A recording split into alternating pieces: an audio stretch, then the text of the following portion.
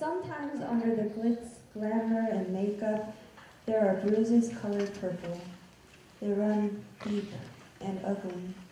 We have to warn you, the following poem is rated R for violence. Just gonna stand there and watch me burn. That's alright because I like the way it hurts. Just gonna stand there and hear me cry.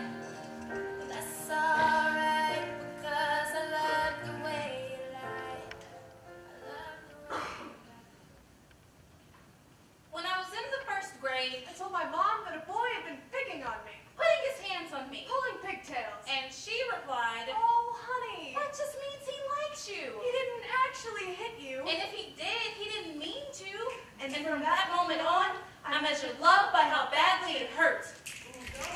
How much was too much? Is that just the way he is? I was never taught to discern what was okay and what should concern me. Concerned more about whether my shoulders were showing. There are monsters in our lives.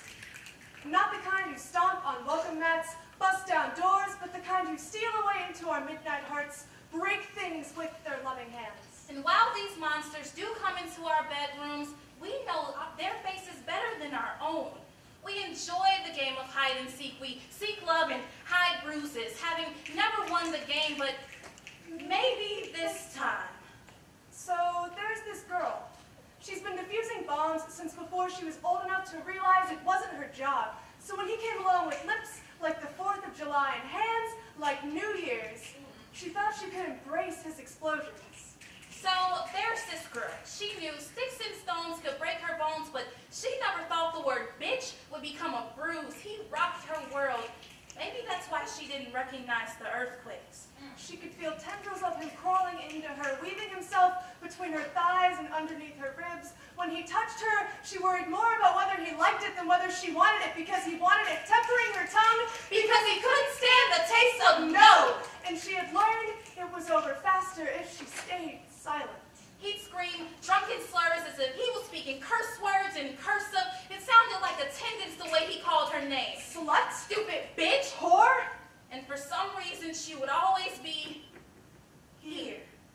Because he told her he only got so angry because he loved her so much. He swore up and down he loved her, but only seemed to show it when they were sideways, always asking for more from her until eventually she had to start boarding up rooms from all the empty space he left, painting over the tapestries of her history in purple, because that was his favorite color.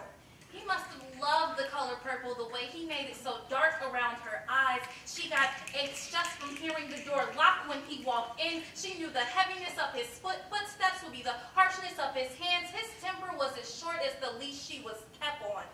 He was a dog, but she didn't want to let go of the last of this puppy love. It took her 3 years to realize being afraid isn't normal. You shouldn't want to tear out chunks of your own skin because you don't want the scars to look the same as when he left them there. You shouldn't have to wonder if you only deserve lust over love. You shouldn't have to choose between a broken heart or a broken jaw. You shouldn't have to give your body forcibly, but lovingly. Love looks like Taking silence as a sign of protest instead of a surrender. love looks